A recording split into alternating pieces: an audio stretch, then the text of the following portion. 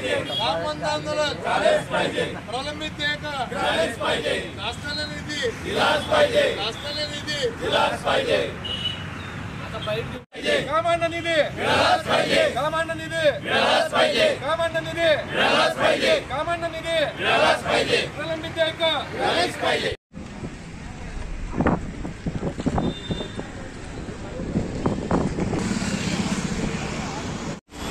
जना सुनील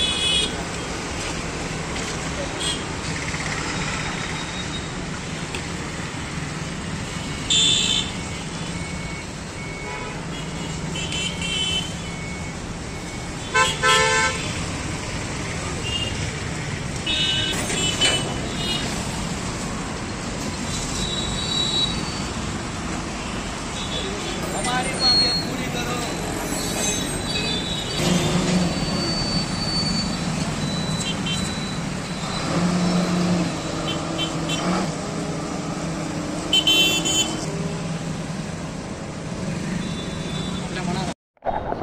आपण सर्व मागील 10 महिन्यापासून बघत आहात। म्हणजे आपल्याला सर्व परिस्थितीची कल्पना आहेच की ठेकेदारांवर सातत्याने एक प्रकारचा अन्याय हा होत आहे। ठेकेदाराची पिळवणूक यामार्फत होत आहे। एकीकडे आपण बघितलं तर शासनाच्या ज्या फुकट योजना चालू आहेत त्याला करोडो रुपयाचं अनुदान दिलं जात आहे, परंतु जिथे आमचा ठेकेदार बंधू स्वतःच्या खिशातनं पैसे टाकून बँकांकडून अर्थसहाय्य घेऊन कामं करतो, कामं पूर्णत्वास आणतो, महाराष्ट्राचा विकासात मोठा सहभाग नोंदवतो, अशा ठेकेदाराला मात्र ज्यावेळेला निधी द्यायची वेळ येते त्यावेळेला वारंवार त्याच्याकडे दुर्लक्ष होत आहे।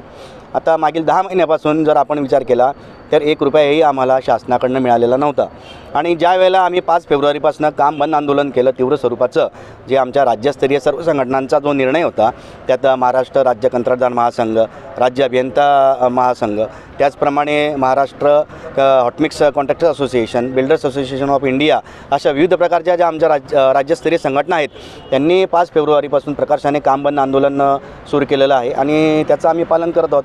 त्यानंतर 10 तारखेला परत आम्ही आमच्या सर्व ठिकाणच्या अधीक्षक अभियंत्यांना निवेदन दिलं की आम्हाला आपण त्वरित निधी द्यावा। त्याचप्रमाणे आम्ही आमचे जे मंत्री साहेब आहेत, मुख्यमंत्री साहेब, त्या सर्व मंत्र्यांना, मंत्री साहेबांना, त्याचप्रमाणे आमदार साहेबांनाही निवेदन दिलं की आमची जी अडचण आहे, आमची जी परिस्थिती झालेली आहे आपण दूर करावी, आम्हाला जास्तीत जास्त निधी उपलब्ध करून द्यावा। आम्हाला एक 14-15 तारखेला सरकारने निधी दिला, परंतु ते निधी म्हणण्यापेक्षा ती ठेकेदाराची बोळवण केलेली असं म्हणण्यास हरकत नाही। कारण ज्या वेळेला आम्हाला 60 ते 70% निधी अपेक्षित होता, कारण आज 2 ते 3 क्वार्टर झाले आज ठेकेदाराला 1 रुपयाही दिलेला नाही। असं असताना 60-70% निधी देण्याच्याऐवजी आम्हाला केवळ 6-7% निधी देण्यात आला। मग हे कुठल्या प्रकारचं हे नियोजन आहे हे आम्हाला कळायला मार्ग नाही की ठेकेदार जर एक दिलाने पूर्ण जीव लावून आपल्याकडची संपत्ती लावून बँकांकडून आर्थिक सहाय्य घेऊन जर आपली कामं विकास कामं पूर्ण करून देत आहेत, जेणेकरून नागरिकांना त्रास नको, नागरिकांच्या रोषाला आपल्या लोकप्रतिनिधींना किंवा शासनाला सामोरे जायला पडायला नको, या सर्व गोष्टींचा विचार करून ठेकेदार ही सर्व कामं मार्गी लावत असतो।